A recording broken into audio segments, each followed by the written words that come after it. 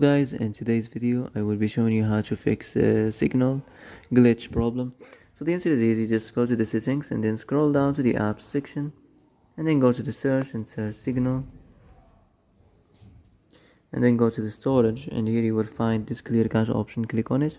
Now you can go check it if it worked, and if it didn't, you can try to restart your phone or turn the Wi-Fi off and on, or the Bluetooth or the airplane mode. Also, you can try to clear data, but be careful. If you clear data, all these applications data will be deleted. This includes all files, the settings, the accounts, the databases, etc. So be careful if you want to clear your data.